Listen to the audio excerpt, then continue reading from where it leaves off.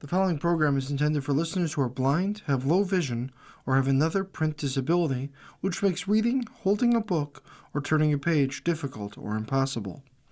The content is copyrighted by the respective publishers. For more information, please visit us on the web at nfradioreading.org.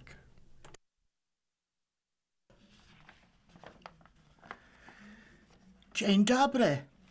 This is Joanne Yanitsky, and for the next hour, I'll be reading from the December 11th, 2025 issue of the Am-Pol Eagle on the Niagara Frontier Radio Reading Service. I hope everyone is well and keeping warm. Just a reminder that I've been forgetting to give at the start of the Am-Pol Eagle reading. Grab a piece of paper, a scratch pad, back of an envelope, and pencil or a crayon or a recording device, something to catch phone numbers, websites, email addresses, and maybe a recipe or two. Okay, let's dive right in. Lots of beautiful photographs on the front page. Group photo. These photos are courtesy of Christine and Dolores Palczewski.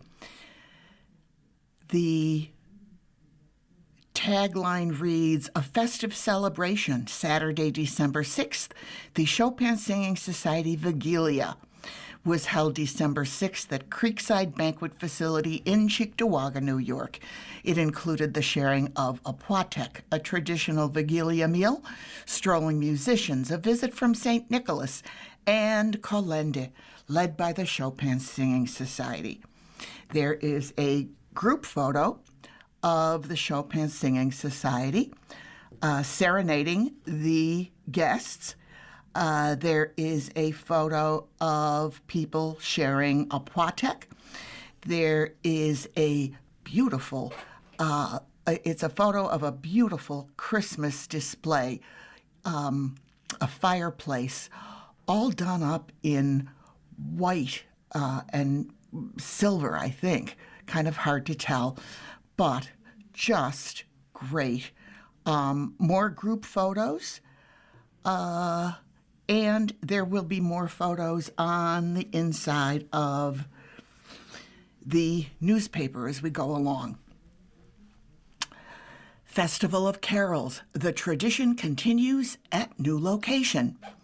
The Polish Singers Alliance of America District 9 Annual Festival of Carols will be featured at a new venue this year, St. Gregory the Great Church, 250 St. Gregory Court in Williamsville, New York, on Sunday, January 4th, 2026, at 3 p.m. All are invited to enjoy an afternoon of kolędy and carols with a special performance of Frédéric Chopin's Scherzo, Opus 20, No. 1 in B minor, which features the beloved carol Luláže Jejuniu, performed by Melanie Baybeck. Choirs performing at this year's event, hosted by the Chopin Singing Society, are the Monsignor Peter Adamski Polish Saturday School Choir, Symphonia Choir of Hamilton, Ontario, Cantabile Choir of Oakville, Ontario, and the Chopin Singing Society. The program concludes with a performance by the combined choirs. A free will offering will be accepted. The Greater Buffalo Friends of Music, whose mission is to, quote, provide collaborative, creative, financial, and logistical support for music enrichment throughout the Western New York region, is sponsor of the event. Radio show highlights Polish Christmas traditions. The most recent episode of the Polish American radio program features an interview with author Sophie Hodorowicz-Nab, who describes unique Polish Christmas Eve and Advent traditions. The episode also features an interview with Amelia Wróblewski, a Western New York native who recently moved to Poland. Wróblewski explains why she made the decision to settle there, as well as what Kraków looks like leading up to Christmas. The episode, which includes Polish music of the season, can be heard anytime at polishprogram.com. Program host is Andy Gołębiowski. The program can also be heard live every Saturday at 11 a.m. on the radio at AM 1440, FM 105.3, or online at webrradio.com.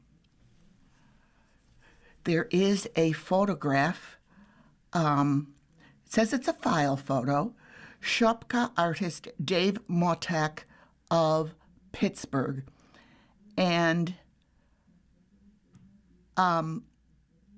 he's holding what appears to be some sort of a castle. I don't know what it is. It's not a big picture, so it's kind of hard to tell what is decorating the castle, but it is beautiful. Absolutely beautiful. Looks like something you'd put on an end table, or maybe on the table in your front window, so everyone could see. Looks to be maybe 2.5 feet tall at least. Okay, let's jump across the pond to Polish news bites. There's a U.S. Army photo of a tank. Poland accepts U.S. offer of 250 used Strykers. The government in Warsaw has agreed to accept an offer from the United States to transfer 250 used Stryker armored vehicles for a nominal $1. According to the plan, the vehicles, currently stationed in Europe, would be handed over to Poland instead of being shipped back to the United States after a force reduction. Poland's general staff reportedly endorsed the deal, and the nation's deputy prime minister and defense minister, Władysław Koźniak-Kamysz, said Warsaw is ready to accept the offer as soon as logistics are arranged.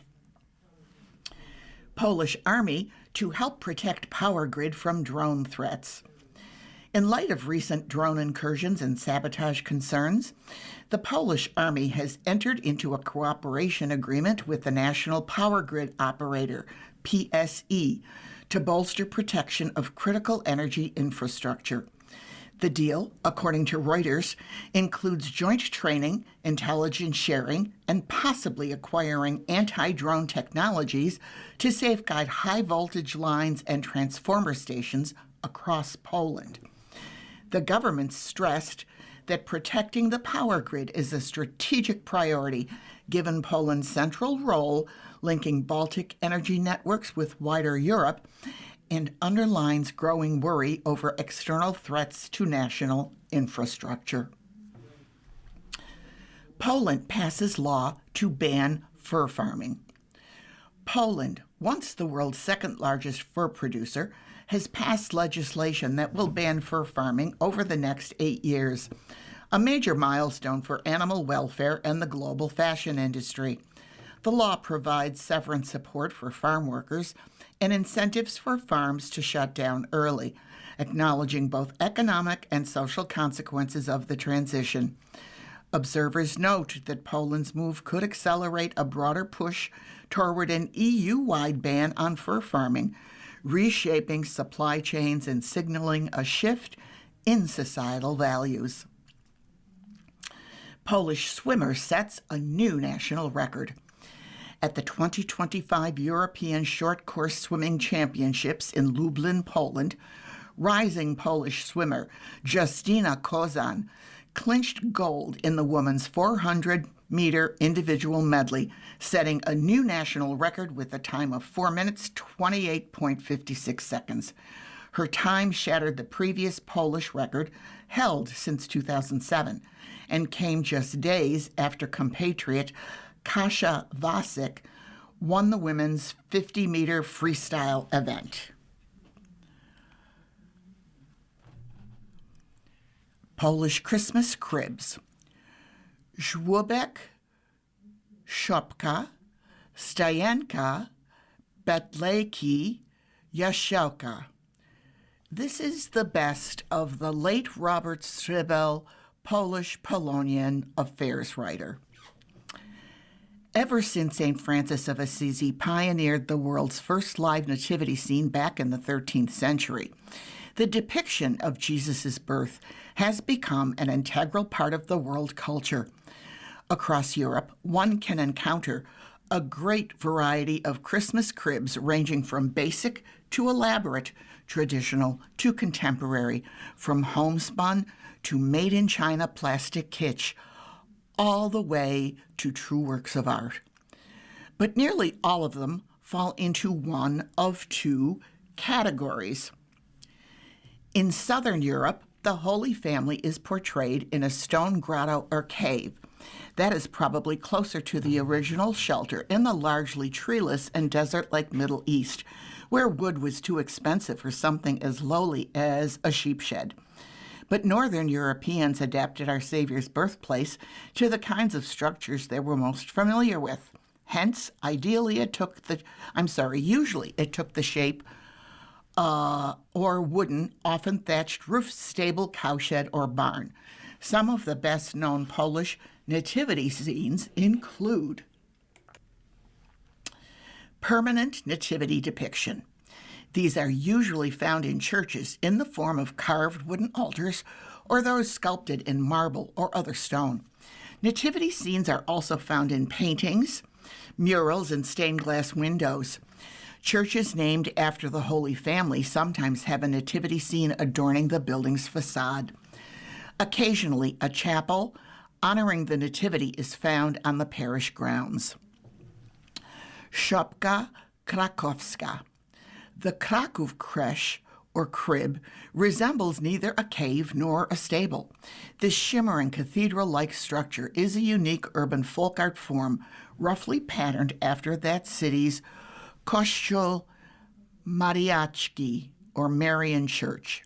Each year in early December, a crib-making contest is held in Kraków, and the szopki krakowskie, ranging in size from 2 to 3 inches to 10 feet or more, are displayed in the city's main square.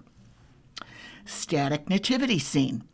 This is the traditional and most common type of manger scene, comprising scale or life-size figures of the Holy Family, shepherds, sheep, cow, and donkey. On January 6th, figures of the three kings are added, as the tableau remains up until February 2nd. It is usually displayed at a church's side altar or outdoors on the parish grounds. Smaller versions of this type of manger scene are displayed in Polish homes, often beneath the Christmas tree or on a windowsill. Mechanical moving creche. These have been around since the 19th century and are still popular. Typically, a mechanical device allows small New Testament figures, national heroes, and other outstanding individuals to file past the Holy Family. Sometimes, non-nativity figures such as skiers or skaters, cartoon-style animals, or Disney characters are included as a side attraction for the kiddies. During the Christmas season, many families with children visit such moving tableaux. Living Christmas crib. This form of creche has become extremely popular in Poland. Sometimes only the Christ child is represented by a doll, but a real-life infant plays the role when one is available. The remaining figures are all volunteer parishioners. The animals often go beyond the traditional sheep, cattle, and donkeys and include ponies, goats, llamas, rabbits, poultry, and other creatures not mentioned in the Gospel. This fusion of a religion lesson and petting zoo is especially liked by the parents of young children. Portable carolers creche. In the days of widespread house-to-house caroling, 2 carolers would carry a small wooden stable housing a nativity scene and mounted on wooden poles, followed by the traditional star bearer, angel, devil, grim reaper, King Herod, etc. This was, in effect, a roving nativity play. In addition to kolende, the kolendnice would sing songs and recite poems of well-wishing and receive some treats or a few coins in exchange. Nowadays, Polish children's magazines often contain cardboard fold-out cribs, which can also be used when making house-to-house rounds. Well, that was certainly an enlightening article from our late dear friend, Robert Stibel. It's time to take our first break. You are listening to a reading of articles and features from the Am-Pol Eagle on the Niagara Frontier Radio Reading Service.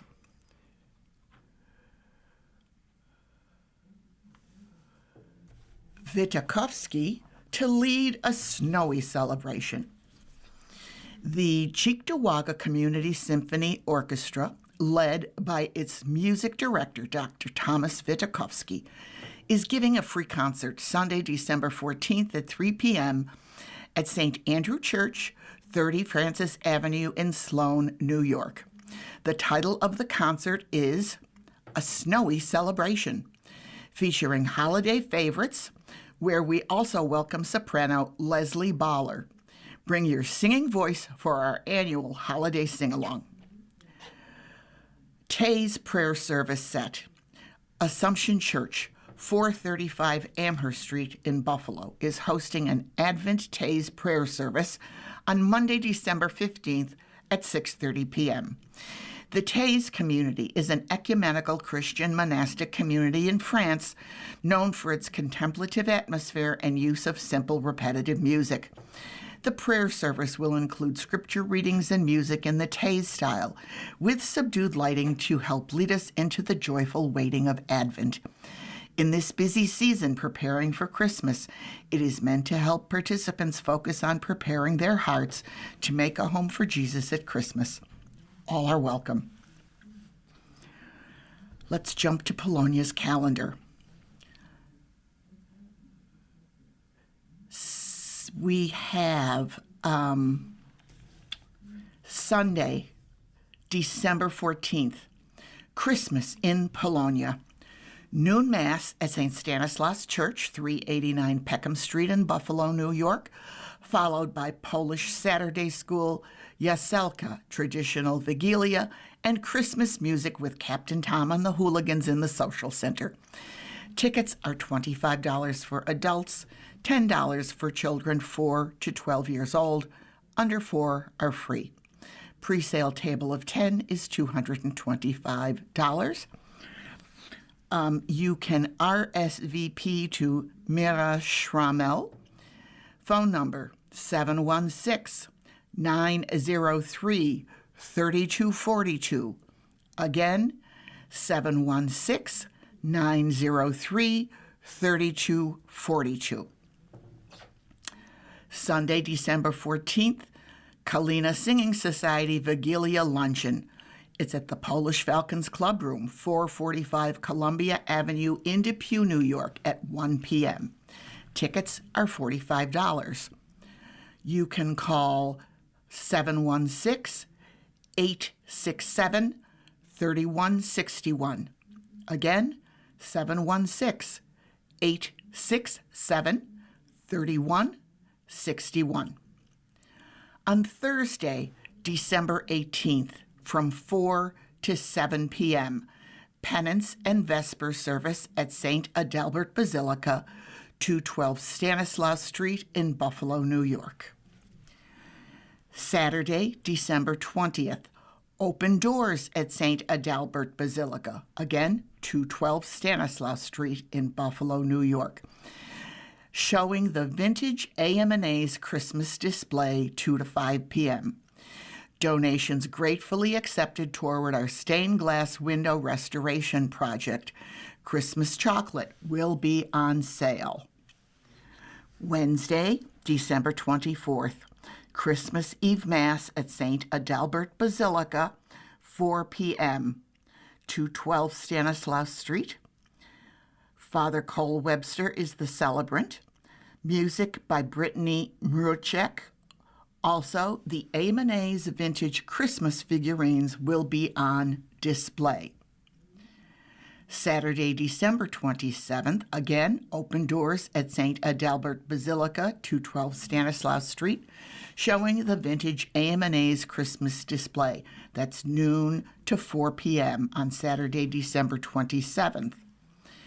On Sunday, December 28th, a Christmas concert at St. Adalbert Basilica, featuring the St. John Paul II Schola Cantorum. Doors open at 1 p.m., concert is at 2 p.m. Again, the Am-Pol Vintage window display will be featured. Saturday, January 3rd, Polish-American Congress of Western New York Christmas Party. The Clement Mansion, 786 Delaware Avenue in Buffalo. It's at 6 p.m. Members are $35, non-members $45. If you show up at the door the same day, it's $50. RSVP2, phone number 716-864-6110. Again, 716-864-6110. And wrapping up the Polonia calendar, Sunday, January 4th, 2026, Polish Singers Alliance District 9 Festival of Carols. 3 p.m., St. Gregory the Great Church, 200 St. Gregory Court in Williamsville, New York. Lots of wonderful, wonderful holiday Christmas events with Kolende. And boy, would I like to see those AMNA character display.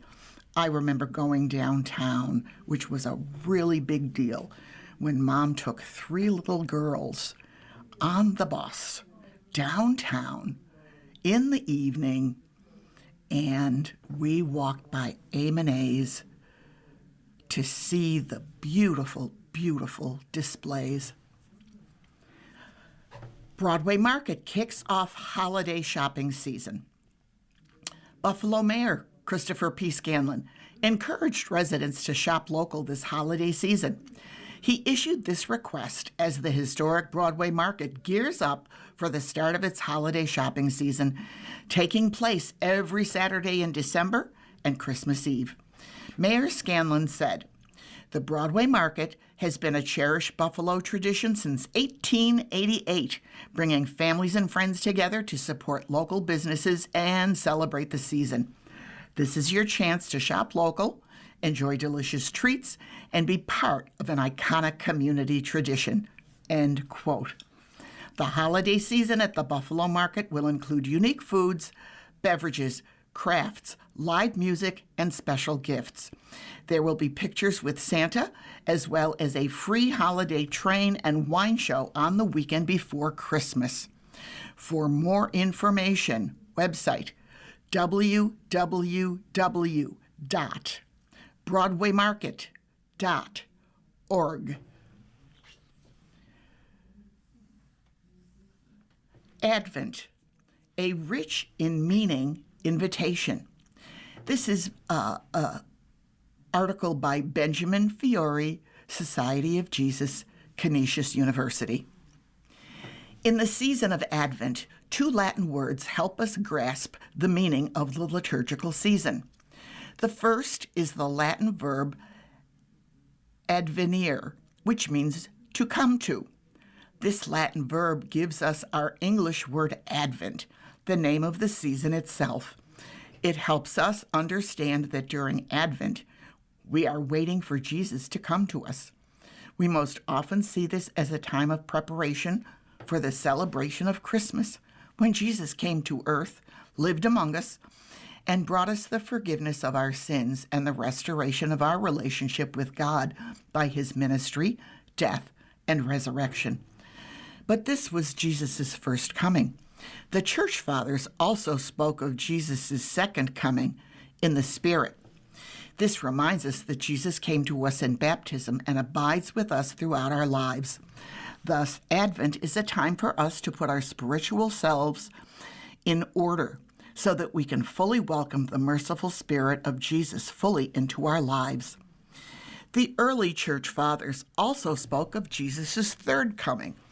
That is in glory to complete God's plan of restoration of all things to their original state of holiness and order, and to establish the kingdom of heaven. The final judgment is part of this expectation. Thus, Advent is a time for us to look ahead to the final coming of Jesus, when all shall rise and receive final blessing or punishment. The second Latin word is rorate, from the Latin version of Isaiah 45:8, which reads, Rorate caeli de super et nubes pluant justum. And that translates to drop down dew, you heavens from above, and let the clouds rain down the just man. This verse is used as the entrance antiphon on the fourth Sunday of Advent and expresses the church's longing for the coming of the Messiah. In Poland, the verse has given rise to rorati masses. These masses are said early in the morning while it is still dark. The congregation lights candles, thus providing the only illumination in the church. This symbolizes the expectation of the faithful for the coming of Jesus, who brings light into the world at his coming, as John's Gospel declares. In John's prologue in the first chapter, Jesus is identified as the eternal life-giving light that illuminates humanity, contrasting with darkness and sin. John repeats this in chapter 8, verse 12, where Jesus declares that he is the light of the world. The rorati masses express the congregation's anticipation of Jesus' coming, both as Word made flesh in Bethlehem and as the source of spirit and life for all who believe. In addition, another candle, decorated with greenery and white cloth, is placed in the sanctuary to symbolize Mary, whose yes to the angel Gabriel brought Jesus, the light, into the world. The liturgical season of Advent is therefore one of waiting for the coming of Jesus, the Messiah. The words used in the season are rich in meaning and invite us to deep reflection and prayer. There is a lovely, it is in black and white, but it is a lovely photograph above this article. And it's a wreath. It's a Christmas wreath, probably fir, and it's got some ornaments on it. And there are 4 Advent candles lit, reminding us of the 4th Sunday in Advent. The first 3 candles are purple, and you light the first purple candle on the first Sunday in Advent, the second purple candle on the second Sunday in Advent, third on the third Sunday of Advent. The pink one is lit on the 4th Sunday of Advent, because after that is the big day. Let's take our next break. You are listening to a reading of articles and features from the Am-Pol Eagle on the Niagara Frontier Radio Reading Service. We're going to jump to our friend Tom Tadapachki and Tom Talk. Now, I can't wait to see what he's got to say here. The title of this article is Both Loved and Hated, Pigeons Made Their Presence Felt. And there is a photograph of pigeons in Krakow. And boy, there's a lot of them. And I don't know if somebody is feeding them, throwing crumbs down, not quite sure what what's going on in the picture, except that there's a lot of pigeons.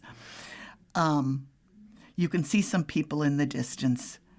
And it's in, you can tell it's in some sort of city square type place.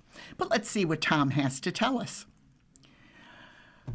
A recent episode of the Polish-American radio program featured an attempted pigeon theft on Buffalo's east side 100 years ago. Host Andy Gołębiowski recounted the incident on Miller Avenue and also recalled how commonplace pigeon coops were not so long ago. That made me think about people in my old neighborhood who kept pigeons. In particular, there was Ziggy, who lived across the street from me on Sweet Avenue, a large Polish native who spoke little English.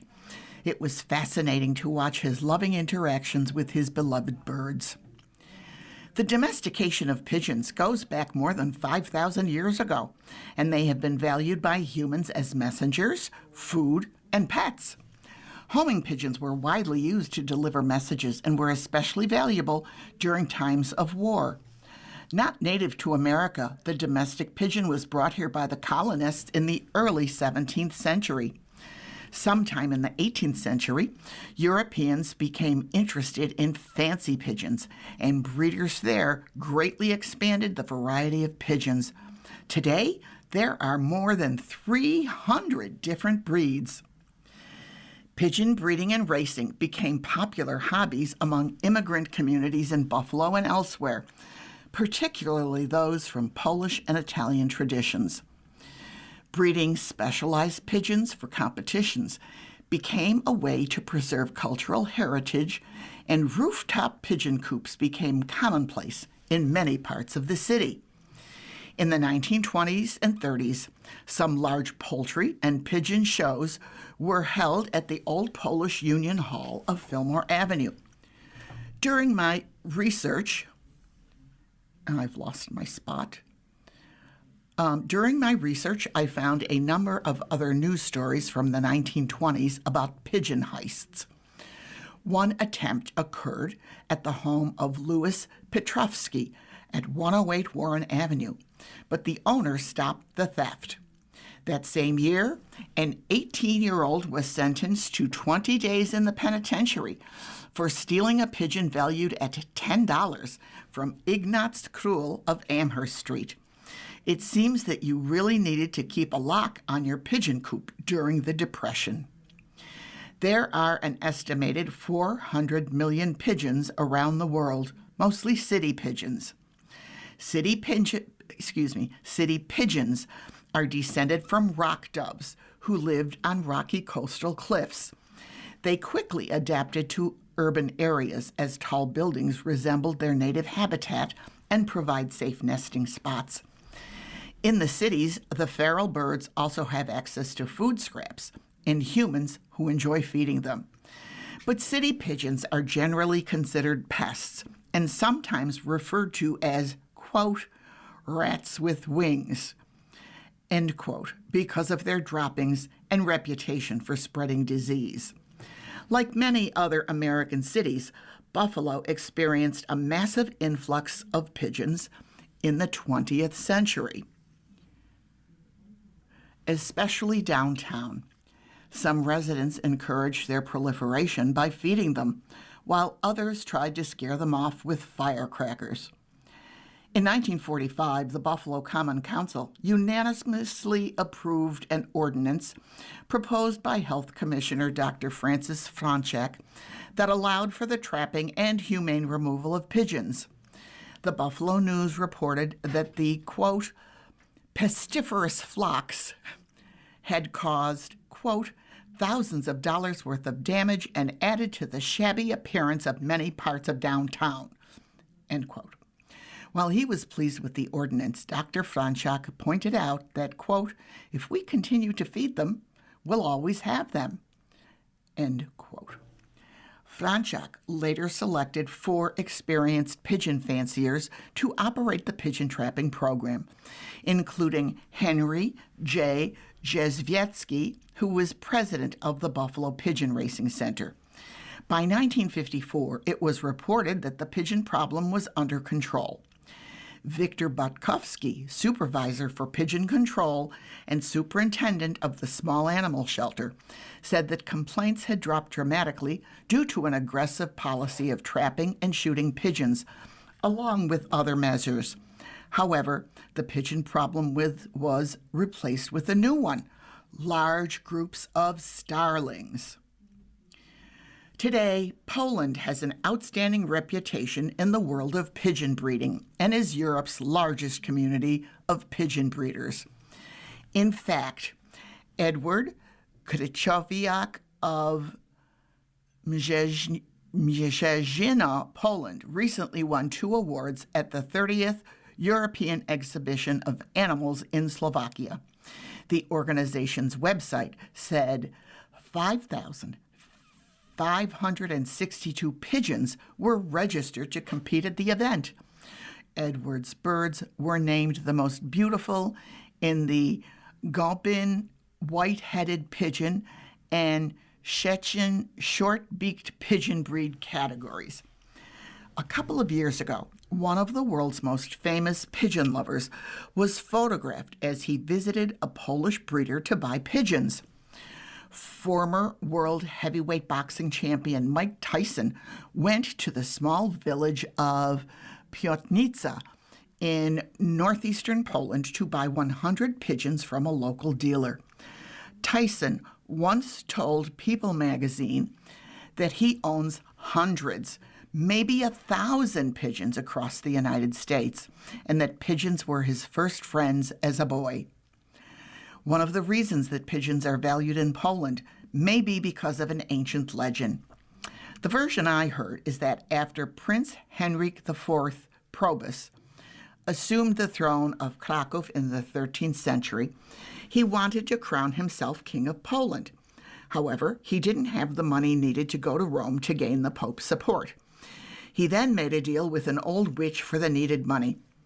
However, when the sorceress appeared at the market square empty-handed, he ordered his army to imprison her. Before they could do that, she transformed the prince's soldiers into pigeons. They then flew up to St. Mary's Church and began to peck out little pieces of brick, which, when dropped to the ground, turned into gold coins. The prince gathered the treasure and made his way to Italy. He never reached Rome, however, because he lost all the money along the way on wine, women, and song. Humiliated, he never returned to Kraków either, while his faithful warriors remained enchanted and awaiting his return. During my time in Poland, I saw large numbers of pigeons in all the town squares, especially the one in Kraków.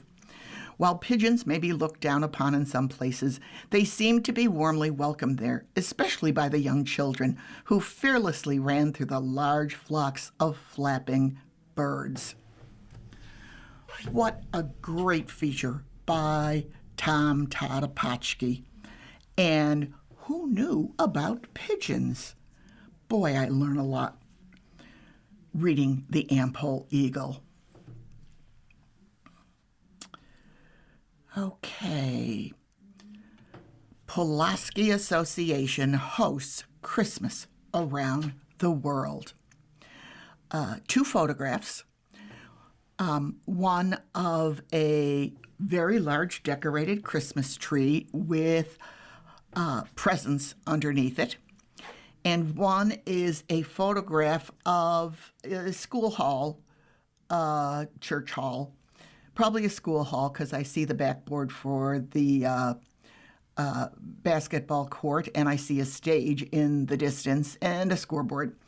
But around the room, there are tables set up and Christmas trees, lots of them. I'd have to guess maybe 20. Hard to tell. They're all decorated. So let's see what this is about.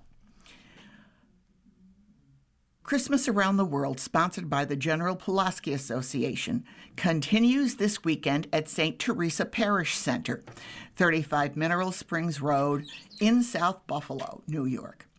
On Saturday, December 13th, from 11 a.m. to 9 p.m., it's the Polish Christmas Extravaganza, featuring music by 7 polka band from 1 to 4 p.m. and Hocus Polka's Party from 6 to 9 p.m. Also meet Joyce Karaszewski-Brzezinski, 1964 Pulaski Day Parade Princess from 11 a.m. to 2 p.m. The event includes a full bar, pierogi, sausage flights, mini gołąbki, mini banana breads, and pictures with Santa. On Sunday, December 14th, from noon to 5 p.m., it's off to Italy. The day begins with blessing of the Bambini during St. Teresa's Mass from 11 to 12. Bring baby Jesus from your nativity scene for a special blessing, along with Italian soup, food, and desserts to be announced. St. Teresa's Parish Center is transformed into a winter wonderland, adorned with thousands of ornaments and lights. As part of the festivities, the Pulaski Association provides information about each culture and their traditions, along with displays recognizing Hanukkah, Vishakha Puja Day, Ramadan, Eid al-Fitr, Lunar New Year, Diwali, Winter Solstice, St. Lucia Day, and Kwanzaa. A full schedule of Christmas around the world activities through January 4th can be found at website generalpulaski.com. I have to say, I used to live not far from St. Teresa's, and I'd love to see these trees and maybe check out some sausage flights and even have my picture taken with Santa. And go back on Sunday for some of that Italian soup. I love Italian wedding soup.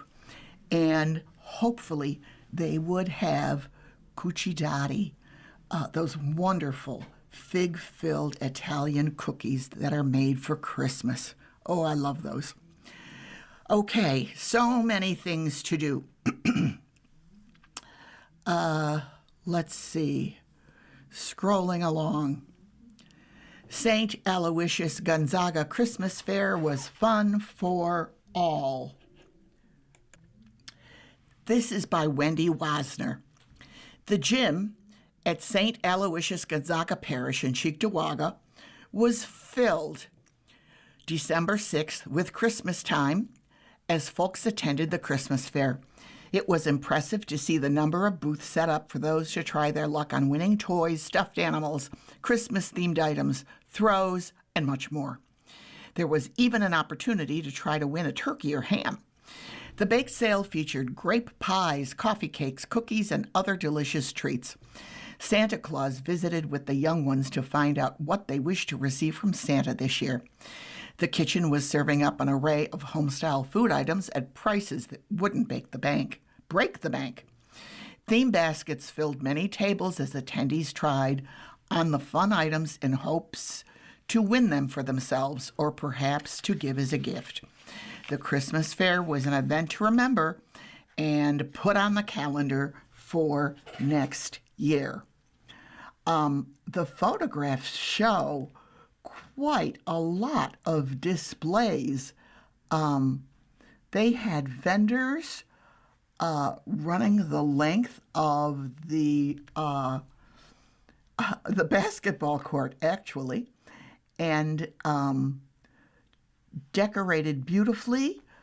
I see Santa, and tough to make out in this bottom picture, young women sitting, and these displays are just amazing.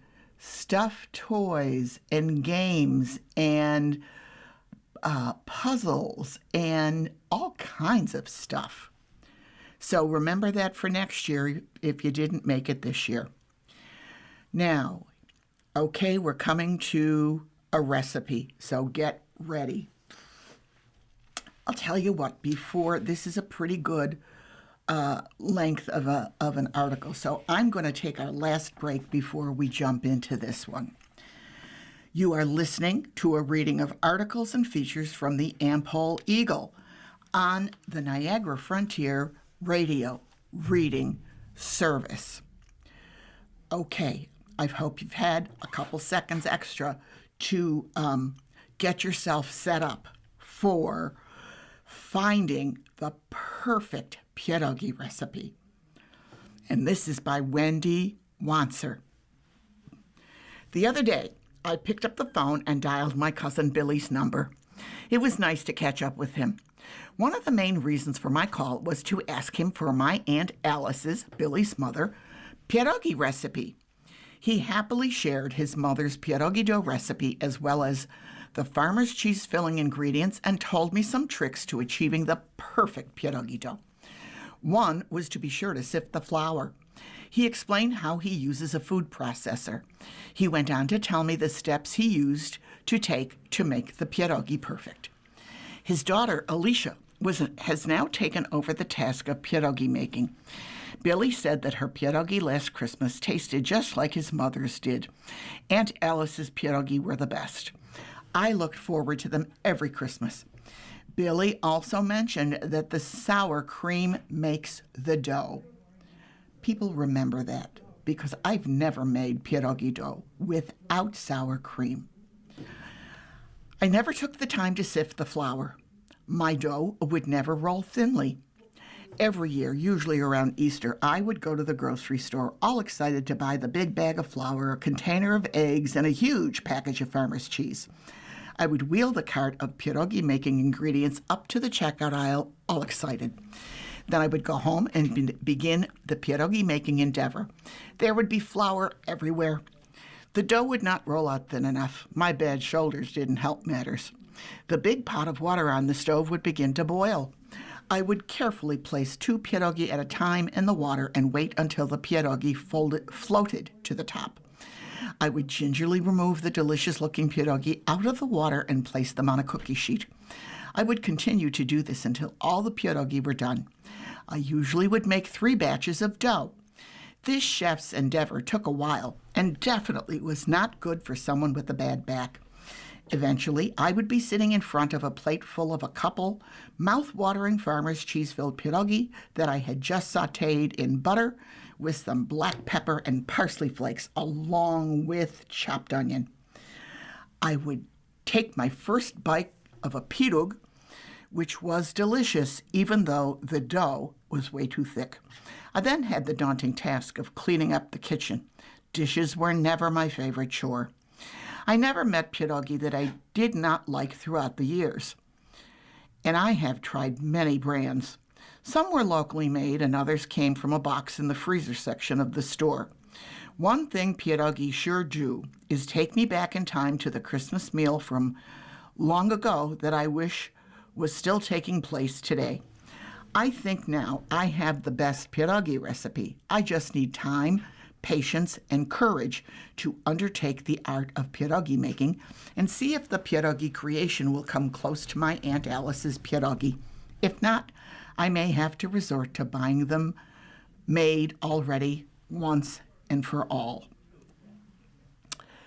Okay, we're going to start with the pierogi recipe, the dough ingredients. 2 cups of flour, 1 large egg, half a cup sour cream, half a cup unsalted softened butter. So you sift 2 cups of flour into a bowl. You add in 1 large egg and combine. You work in a half a cup unsalted softened butter and a half a cup sour cream until the dough comes together in a slightly sticky ball. Knead dough until smooth. Wrap dough in plastic wrap. Refrigerate for 1 hour. Next is the farmer's cheese filling.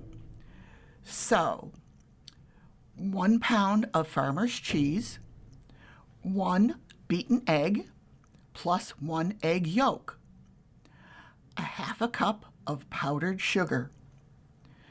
Mix all ingredients in a bowl, cover with plastic wrap, place in refrigerator until ready to fill the dough.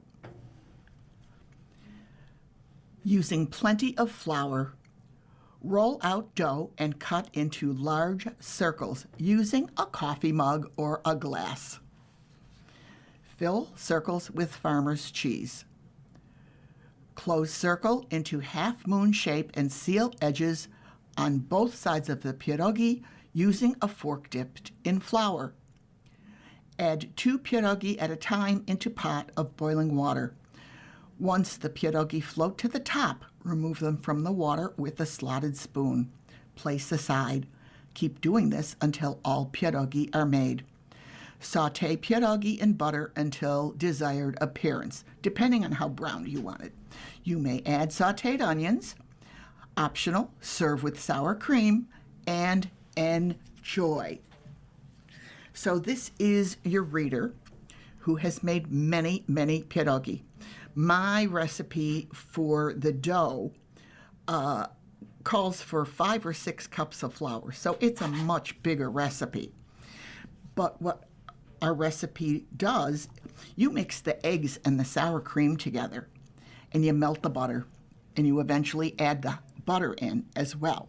So you've got, and I do it in a Pyrex measuring cup. So you mix the butter and the sour cream and the egg together. And then you pour that into the dough. That gives you more liquid to work with than just adding 1 large egg. And my sister is the chief chef for making farmer's cheese filling. She basically puts in everything that is in Wendy's or Aunt Alice's recipe here, and but she puts in cinnamon and probably a little more sugar. Hers are on the sweet side, but they're cinnamon and sugar. And if you like cinnamon, which my family does, they are just delicious. So, making pierogi is not difficult. Another thing, we don't refrigerate the dough after we make it. It's nice and soft and pretty easy to roll out in the beginning.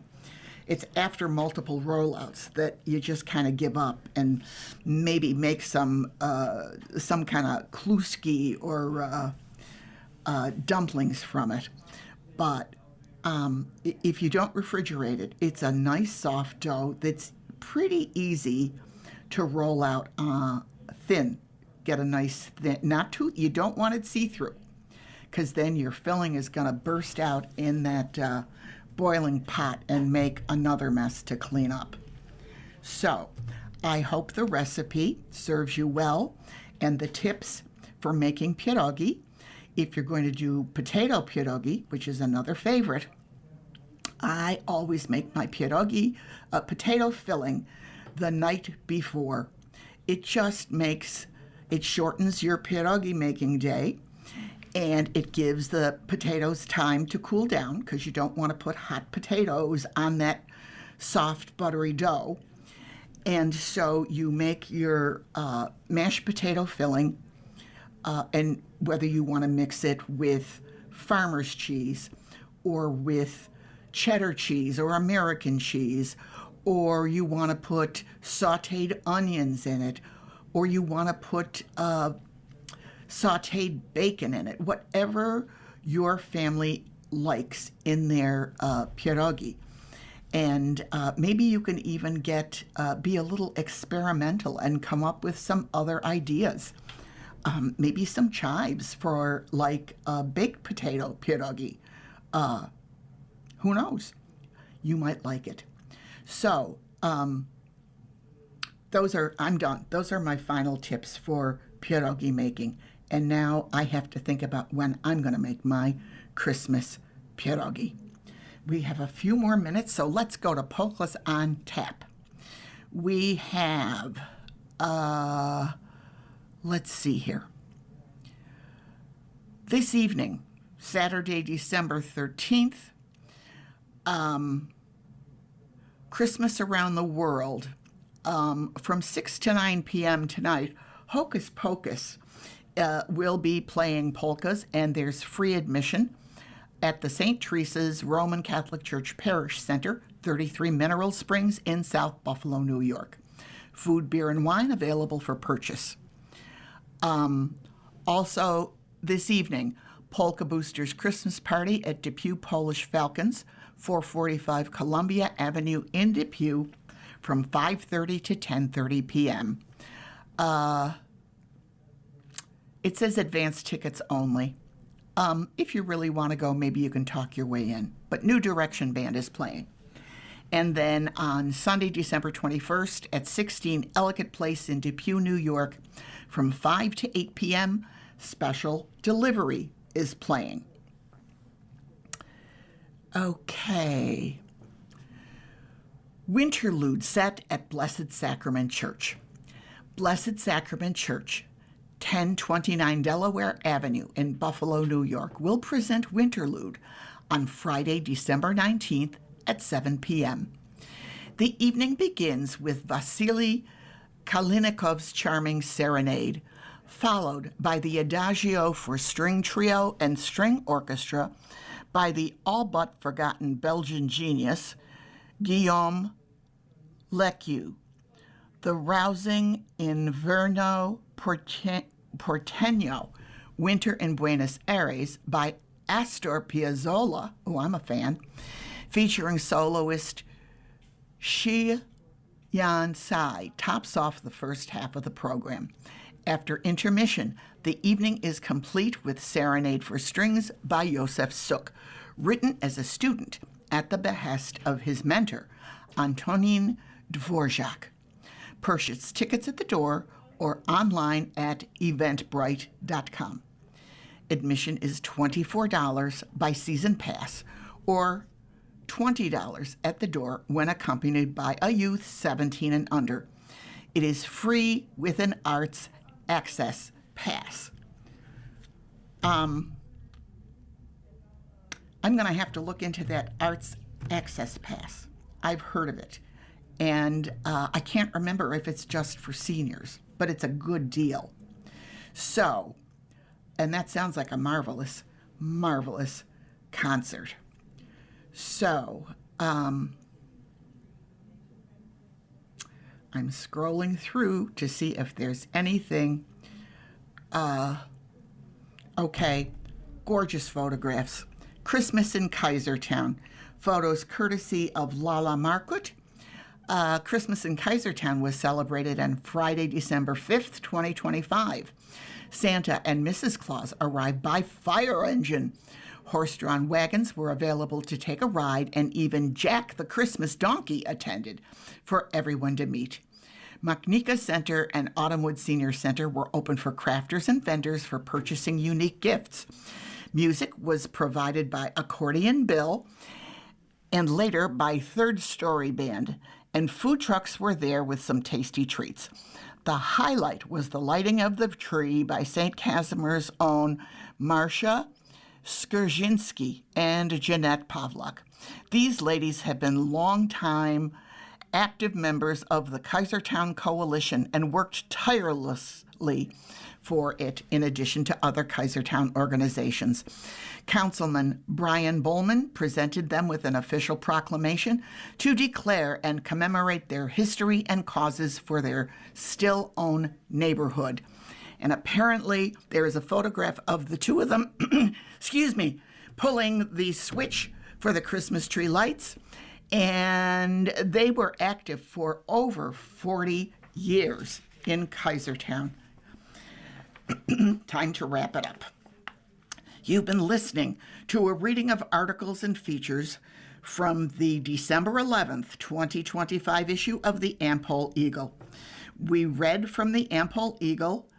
We read from the Am-Pol Eagle every Saturday at 3 p.m. Your reader has been Joanne Yanitsky. Thank you for listening. Do widzenia. Coming up next in the Niagara Frontier Radio Reading Service, we have the Grand Island Niagara County Tribune Sentinel. At 5 o'clock, we have the Lockport Union Sun and Journal. And at 6 o'clock, we've got the Wall Street Journal Off Duty. Stay tuned for these readings and more. If you're listening to this publication online, you're probably using our website, a podcast player like Spotify or iTunes, a streaming service like Siro, or a smart speaker. Did you know that we now have a dedicated app? The following program is intended for listeners who are blind, have low vision,